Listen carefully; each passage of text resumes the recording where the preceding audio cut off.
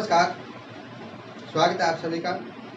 Let's start translation part number 10। इससे पहले to ask question से रिलेटेड हम 1 to 9 पार्ट तैयार कर चुके हैं, जिसमें हम क्वेश्चन से रिलेटेड सेंटेंस पर डिस्कस करते हैं। तो जब हम किसी से प्रश्न करते हैं, प्रश्न के रूप में वाक्य किसी के सामने प्रस्तुत करते हैं, तो कौन कौन सी सावधानी हमने ध्यान में रखनी है, और प्रश्न के साथ फिर उत्तर भी देना है हमने, आंसर भी देना है हमने। तो यही हम सीख रहे हैं। It is part number 10। इसी प्रकार लगन के साथ, जुनून के साथ, जोश के साथ, खुशी के साथ, रुचि के साथ और आनंद के साथ आप लगे रहिए, बहुत कुछ सीखने को मिलेगा। Right, okay, let's start translation to ask question part number 10। एक शिक्षित भारतीय को कम से कम कितनी भाषाएं सीखनी चाहिए? आंसर, एक शिक्षित भारतीय को कम से कम 3 भाषाएं सीखनी चाहिए। यानी आंसर भी चाहिए की सेंस में है। तो पहले भी हम डिस्कस कर चुके हैं, हमें ये ध्यान रखना है, जब हम प्रश्न करते हैं किसी से क्वेश्चन के रूप में, चाहे वो अनसीन पैसेज की बात हो या टेक्सुअल पैसेज की बात हो, पैसेज के नीचे जो क्वेश्चन होते हैं उसके जो आंसर हम देते हैं वो सेम टेंस में, सेम सेंस में, एक जैसा भाव, मॉडल ऑक्सिलरी का यूज हो रहा है या फर्स्ट फॉर्म है या सेकंड फॉर्म है या कौन सा टेंस है, आंसर देते हुए हमने इन सब बातों का ध्यान रखना है। ये ना हो कि क्वेश्चन कुछ किया गया हो और आंसर हम किसी दूसरी प्रकार से दे देते हैं। तो चाहिए कि सेंस में हमारे से प्रश्न पूछा है कि कितनी भाषा सीखनी चाहिए, तो फिर चाहिए कि सेंस में, यानी सेम टेंस या सेम सिचुएशन, अर्थात use of model auxiliaries answer में भी होंगी यूज। ये नहीं है कि इसमें हमने मॉडल ऑक्सिलरी का यूज किया है और नीचे हम किसी टेंस से रिलेटेड, प्रेजेंट या पास्ट या फ्यूचर से रिलेटेड तो उसका आंसर देंगे। नो, ऐसा गलत हो जाएगा। इसलिए ध्यान रखना है हमने, सेम टेंस या यूज ऑफ हेल्पिंग वर्ब और यूज ऑफ मॉडल ऑक्सिलरीज, ये हमने सिचुएशन को सेम रखना है आंसर में भी। एक शिक्षित भारतीय को कम से कम कितनी भाषाएं सीखनी चाहिए? How many languages, how many languages, ये हाउ मैनी का यूज हमने यहाँ किया है। आपने देखा हो सिंगल, हम देखते हैं ना, WH फैमिली वर्ड के रूप में जब हम इस सिंगल हाउ को यूज करते हैं, सिंगल वर्ड को यूज करते हैं, तो क्वेश्चन के रूप में हम इसको इंटरोगेटिव एडवर्ब के रूप में यूज करते हैं। तुमको पता है कैसे, कैसे की सेंस में कैसे। अब मैनी इसके साथ लगा हुआ है हाउ मैनी, कितनी या कितना की सेंस में। आपको पता है हम यहाँ मैनी लगाते हैं और मच भी लगाते हैं, हाउ के साथ मच भी लगाते हैं डिटर्मिनर्स के रूप में। हमने कई बार बिना हाउ के भी हम मच और मैनी का यूज करते हैं डिटर्मिनर्स के रूप में, करते नहीं है? जगह जगह सेंटेंस में हम मच और मैनी का डिटर्मिनर्स के रूप में यूज करते हैं। मच को हम एज एन एडवर्ब के रूप में कई बार यूज करते हैं, मैनी को यूज करते हैं एज एन एडजेक्टिव के रूप में कई बार। ये हमने इस सेंस को देखना है, हाउ मैनी, हाउ मच, या हाउ मच है कितना, कितना, कितनी, कितना, कितनी, तो इसमें डिफरेंस क्या है? It is related to countable noun, यानी जिस संज्ञा को गिना जा सके, गिनती संभव हो जिसकी, वहाँ पर हम हाउ मैनी लिखते हैं, हाउ मैनी। और जो अनकाउंटेबल नाउन है, अर्थात जिसको तोला जा सकता है, एक एक करके ऐसे गिन नहीं सकते, जैसे मिल्क है, मिल्क, हम मिल्क को ऐसे गिनेंगे थोड़ा, उसको तोल लेंगे। माप, लीटर में, मिल्क का लीटर में हम मापेंगे उसको। ये जो मेटल नाउन से रिलेटेड, द्रव्यवाचक संज्ञा से रिलेटेड जो वस्तुएं जैसे milk, gold, silver, rice, iron, would, इनको हम गिन तो नहीं सकते, इनको माप सकते हैं, इनकी मात्रा में इनको हम मेजरमेंट इनका हो सकता है मात्रा के अंदर, मेजरमेंट राइट। तो हम यहाँ क्या लगाते हैं अनकाउंटेबल नाउन में, हाउ मच, कितना, और काउंटेबल नाउन जिनको गिन सकते हैं, हाउ मैनी। ये आपने याद रखना है। जैसे लैंग्वेजेज है, लैंग्वेजेज की तो हम गिन सकते हैं संख्या में, इसलिए हाउ मैनी, कितनी, मैनी लैंग्वेजेज शुड, चाहिए के सेंस में, चाहिए के सेंस में हम मस्ट, शुड और ऑट टू का यूज करते हैं। अच्छा, ऑब्लिगेशन की बात हो, अनिवार्यता की बात हो, मस्ट का हम यूज करते हैं वहाँ पर। जैसे हमें नियमों का पालन करना चाहिए, अवश्य करना चाहिए, we must obey the rules, नियमों का पालन अवश्य करना, ऑब्लिगेशन हो गया ना, यहाँ पर अनिवार्यता होगी, मस्ट का प्रयोग करते हैं। सामान्य सेंस में जब किसी को नैतिकता की बात हम करते हैं, सुझाव देते हैं, उपदेश देते हैं, तो वहाँ हम शुड और ऑट टू का यूज करते हैं, ये सबको पता है। तो शुड लगाया हमने, how many, should, and it is an article, indefinite article, definite the होता है और इनडेफिनिट ए और एन होता है। एन क्यों लगाया, ए क्यों नहीं लगाया, क्योंकि एजुकेटेड जो वर्ड है इसमें जो फर्स्ट लेटर है ई लगा हुआ है, और जो साउंड आती है वावल साउंड आती है, वाव साउंड, स्वर की ध्वनि, स्वर की ध्वनि, स्वर और व्यंजन, स्वर वाव, व्यंजन कॉन्सोनेंट। यदि यहाँ कॉन्सोनेंट होता है स्टार्टिंग में, जैसे बुक, BWO की बुक कॉन्सोनेंट है, व्यंजन की आवाज़ आ रही है इसमें, तो यहाँ ए बुक लिखेंगे हम, ए बुक। लेकिन इसमें ए की साउंड आ रही है, educated, educated, educated, educated, educated, vowel sound है, इसलिए एन का प्रयोग है। जैसे एप्पल, एप्पल, APPLE एप्पल, ई का पार्ट, उनमें हम एन का प्रयोग करते हैं ना, तो इसलिए हम एन लगाया है। एक सिंगल पर्सन के लिए, एक के लिए हम एन या ए का प्रयोग करते हैं, ठीक है ना। An educated Indian learn verb as a verb at least, ये फ्रेज के रूप में आया है, कम से कम, एटलीस्ट फ्रेज के रूप में यहाँ लगाया हम, कम से कम, एटलीस्ट कम से कम, कम से कम की सेंस में क्या लिखते हैं हम, एटलीस्ट। और शुड लगाया हमें चाहिए की सेंस में, शुड के साथ फर्स्ट फॉर्म आती है, इंडियन ये नाउन है, एजुकेटेड कौन से इंडियन, भारतीय कौन से हैं, शिक्षित, शिक्षित शब्द एजुकेटेड एज एन एडजेक्टिव, विशेषता प्रकट हो रही है इनकी, इसके द्वारा, इसके द्वारा, एजुकेटेड के द्वारा, इट इज एन एडजेक्टिव। क्योंकि टोटल पार्ट्स ऑफ स्पीच हम पढ़ चुके हैं, पहले डिटेल में डिस्कस कर चुके हैं वीडियो लेक्चर के द्वारा, 8 पार्ट्स ऑफ स्पीच। उस वीडियो लेक्चर को आपने ध्यान से देखना है ताकि हर पार्ट्स के बारे में आपको जानकारी हो जाए।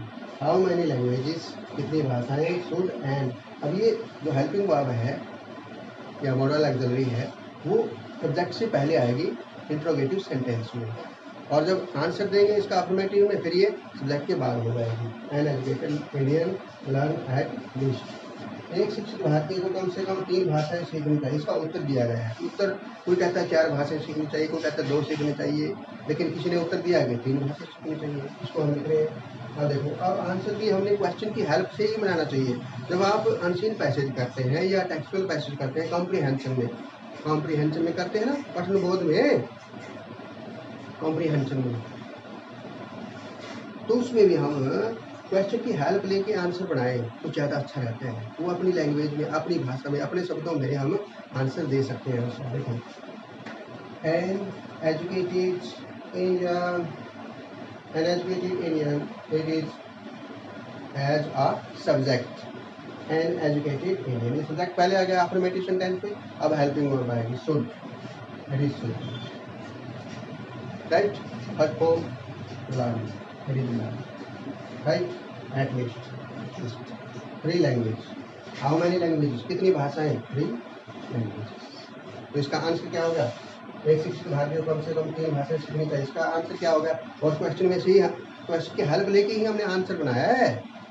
तो आपने इसी प्रकार कॉम्प्रिहेंशन की बात हो या अलग से कोई भी आपने आंसर देना हो क्वेश्चन को रीड करके, तो आपने क्वेश्चन की सेंस को ध्यान से रीड करना है ताकि आपको पता लग जाए इसमें पूछा क्या है। उसी सेंस में, उसी टेंस में, उसी फॉर्म में हम आंसर देंगे क्वेश्चन का। इधर रखना है। N educated Indian should learn eight least 3 languages भाषाएं। हमने अपनी भोजन की आदतों को कैसे बदल लिया है, ये तो आपको क्लियर हो गया है। अब देखो, लिया है, बदल लिया है, बोलो आप सी बोले। लिया है, चुका है, चुके हैं, कौन सा टेंस है? Present perfect, present perfect tense, जिसमें हैज हैव लगता है हेल्पिंग वर्ब के रूप में, और थर्ड फॉर्म ऑफ वर्ब कैसे? हाउ। हाउ, हाउ के साथ मैनी लगा कितना या कितनी, हाउ के साथ मत लगा कितना या कितनी, और अकेला हाउ है तो कैसे, कैसे। चेंज बदल लिया, हैव ये सब्जेक्ट है। और इंटरोगेटिव सेंटेंस में हम क्या करते हैं, सब्जेक्ट से पहले हेल्पिंग वर्ब लगाते हैं। हेल्पिंग वर्ब क्या है? We have, subject we. यदि यहाँ आई होता फिर भी हैव लगाते हैं हम। थर्ड पर्सन सिंगुलर होता फिर हैज, सिंगुलर के लिए हैज। यू के लिए हैव, क्योंकि यू प्लूरल में भी आता है और सिंगुलर में भी आता है। दे के लिए है, कोई भी प्लूरल आ जाए, बहुवचन क्या नाम कहते हैं हम उसको, एक वचन और बहुवचन सेंस में। बहुवचन में हम हैव का प्रयोग करते हैं, उसके साथ थर्ड फॉर्म का प्रयोग करते हैं। Change, changed, changed, changing, changing ING लग जाएगा। अब जब ING लगाएंगे तो ये लास्ट में ई कट जाएगा, CHANGING, चेंजिंग। तो ये हाउ कैसे, WH वर्ड सबसे पहले आएगा, उसके बाद हेल्पिंग हुआ, फिर सब्जेक्ट आएगा, फिर third form our. Food habits, habits as a noun, food as a noun, our ये डिटर्मिनर्स के रूप में, अर्थात इसको हम कह सकते हैं पोजेसिव प्रोनाउन के रूप में भी हम इसका वर्णन कर सकते हैं। आवा का यूज पोजेसिव प्रोनाउन के रूप में। हमारा भोजन, उसकी आदतें हमने कैसे चेंज कर ली हैं, हमने अपनी भोजन की आदतों को कैसे बदल लिया है। How have we changed our food habits. Sign of interrogation, प्रश्नवाचक में हमेशा साइन ऑफ इंटरोगेशन लगाना। आंसर में फिर फुल स्टॉप आ जाएगा, फुल स्टॉप, फुल स्टॉप आ जाएगा आंसर में। देखना आपने, हम अधिकतर परिवर्तित भोजन खाते हैं, जिसको संसाधित कहते हैं, प्रोसेस्ड फूड को। प्रोसेस्ड फूड, संसाधित या परिवर्तित भोजन जिसको हम बोलते हैं, हम खाते हैं। ये देखो, इसके 2 पार्ट हैं। खाते हैं, इस प्रकार हमने अपनी भोजन की आदतों को बदल लिया है। दोनों जो पार्ट हैं इसके, देखो यहाँ पर हमने सेमीकोलन का प्रयोग किया है। कॉलन तो डबल डॉट होती है, ऊपर नीचे डॉट, डबल डॉट, ये कॉलन लगाते हैं हम किसी स्टेटमेंट को, कोटेशन को कोट करने के लिए हम कॉलन का प्रयोग करते हैं, आगे लिखते हैं। लेकिन जब एक sentences, one sentences has 2 parts, जब एक सेंटेंस के 2 पार्ट हैं और दोनों मेन पार्ट होते हैं, कंप्लीट सेंस निकलती है दोनों पार्ट्स की, तो हम फिर सेमीकोलन का प्रयोग करते हैं। सेमीकोलन अर्थात अर्धविराम। कोई भी सेंस कंप्लीट नहीं है, अधूरा पार्ट है, फिर हम कोमा का प्रयोग करते हैं, अल्पविराम का। थोड़ा सा जब उसमें पॉज लेते हैं, हम थोड़ा सा ठहरते हैं, तो कोमा लगाते हैं, अकेला कोला, थोड़ा हल्का। और कोमे और फुल स्टॉप के जो बीच का पोर्शन है, बीच का जो पार्ट है, वो है सेमीकोलन, अर्धविराम। और विराम क्या है? पूर्ण विराम, इसको पीरियड भी बोलते हैं, वो पूरी डॉट है, फुल डॉट, ये डॉट आ जाती है, पूर्ण विराम। अर्धविराम, नीचे कोमा, ऊपर डॉट, ये अर्धविराम, इसको हम सेमीकोलन कहते हैं, सेमीकोलन। और नीचे कोमा, ये अल्पविराम, थोड़ा सा ठहरते हैं जब हम, और कोमे से थोड़ा ज़्यादा ठहरते हैं, रुकते हैं सेंटेंस का पार्ट पूरा करने के लिए, फिर वो सेमीकोलन लगाते हैं। और बिल्कुल कंप्लीट सेंस हो जाती है, पूर्ण ठहराव हो जाता है पीरियड के रूप में या फुल स्टॉप के रूप में, फिर ये डॉट लग जाती है, ये सेंटेंस कंप्लीट हो जाता है। और ये हम पंक्चुएशन वाले वीडियो लेक्चर में हम डिटेल में डिस्कस कर चुके हैं विराम चिन्हों के बारे में, वो आपने ध्यान से वॉच करना है ताकि आपको ये डिटेल में समझ में आ जाए। हम अधिकतर परिवर्तित भोजन खाते हैं, एक पार्ट इसका पूरा हो गया, ये नेक्स्ट स्टार्ट होता है, इसी का पार्ट है ये। इस प्रकार हमने अपनी भोजन की आदतों को बदल लिया है। ये प्रेजेंट इंडेफिनिट का पार्ट है, दोनों प्रेजेंट के हैं, दोनों पार्ट प्रेजेंट के ही है, क्योंकि हमने जो क्वेश्चन है प्रेजेंट परफेक्ट में है, प्रेजेंट परफेक्ट में है क्वेश्चन, तो हम आंसर भी तो प्रेजेंट परफेक्ट में ही देंगे, यानी प्रेजेंट में ही देंगे। हालांकि उसमें एक पार्ट सिंपल प्रेजेंट का हो सकता है या प्रेजेंट इंडेफिनिट का हो सकता है, लेकिन जो साथ वाला जो पार्ट है उसका वो प्रेजेंट परफेक्ट में ही होगा। जैसे देखो इसमें हम अधिकतर परिवर्तित भोजन खाते हैं, वी मोस्टली, अधिकतर, ये क्या है एडवर्ब, एज एन एडवर्ब, ज़्यादातर, अधिकतर, एडवर्ब के रूप में एल वाई लगा हुआ है इसमें, ठीक है ना। ईट ये वर्ब है, ये सब्जेक्ट है प्रोनाउन के रूप में, तो संज्ञा या जो संज्ञा जो संज्ञा के स्थान पर युक्त हो उस शब्द को हम क्या कहते हैं, प्रोनाउन, सर्वनाम, ठीक है ना। ही वी सब्जेक्ट के रूप में, as a pronoun, mostly adverb, क्यों, क्योंकि ये क्रिया की विशेषता बताता है, जो क्रिया की विशेषता बताए एडवर्ब, क्रिया विशेष उसको कहते हैं। Processed food, as an adjective, भोजन कैसा है, प्रोसेस्ड है, यानी परिवर्तित है, संसाधित है, एज एन एडजेक्टिव के रूप में, विशेषण के रूप में यहाँ प्रयोग किया हमने। फूड एज नाउन, संज्ञा के रूप में आ गई, किसी व्यक्ति, वस्तु, स्थान, गुण आदि के नाम को संज्ञा कहते हैं, आप सभी को पता है। तो ये फूड है, भोजन है, वस्तु का नाम है, चीज़ का नाम है, इसलिए ये फूड है।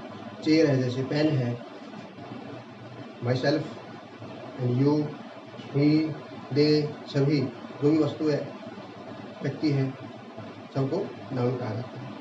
और जो उनकी विशेषता बताए, हमारी जो वस्तुओं की विशेषता बताए, हमारी जो विशेषता बताए, वो एडजेक्टिव होता है, अर्थात विशेषण होता है। और जो क्रिया की, काम का होना या करना, उसको दर्शाने वाले शब्द को क्रिया कहते हैं, और जो क्रिया की विशेषता बताए उसको एडवर्ब कहते हैं, अर्थात क्रिया विशेषण कहते हैं। ये हमें पता होना चाहिए।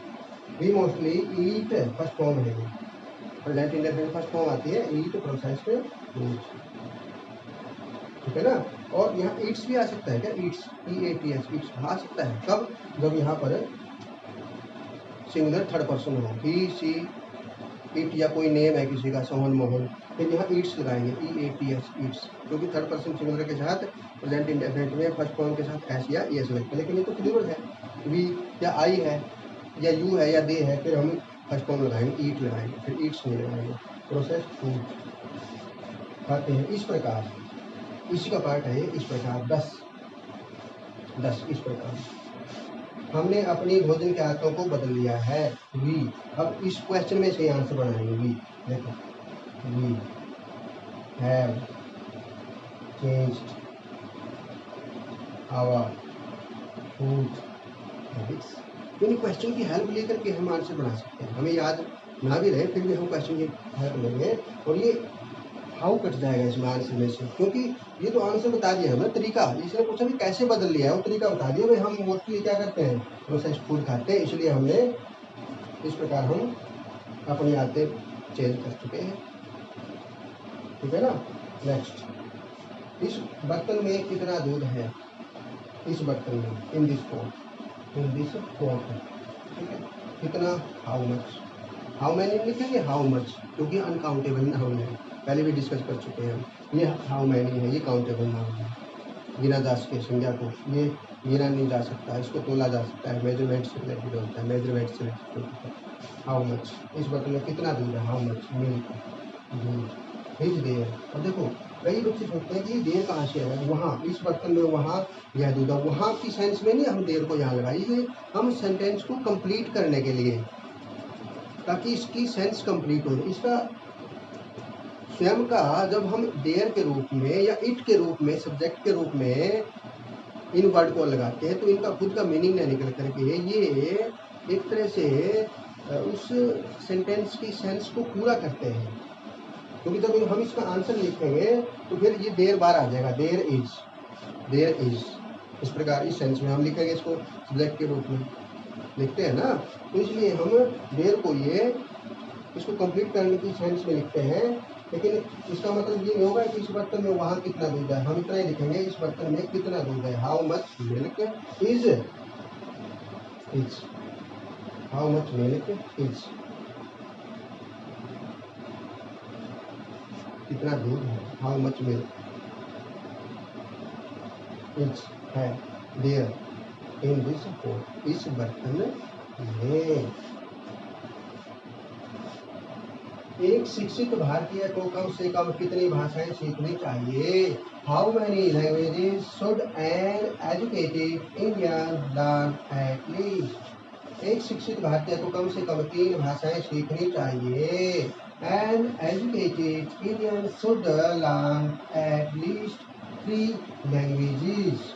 हमने अपनी भोजन की आदतों को कैसे बदल लिया है? Present perfect tense. How have we changed our food habits? हम अधिकतर परिवर्तित भोजन खाते हैं, इस प्रकार हमने अपने भोजन की आदतों को बदल लिया है। कि हमने सेमीकोलन यहाँ पर लगा दिया है। We mostly eat processed food, thus we have changed our food habits. इस बर्तन में कितना दूध है? How much milk is there in this house? इस प्रकार हम देखते हैं in the end of this part number 10 of translation। तो इसी प्रकार आप लगे रहिए, सीखते रहिए, डिस्कस करते रहिए, बहुत कुछ हम सीख पाएंगे। because it is rightly said, practice makes a man perfect। Okay, thanks for watching।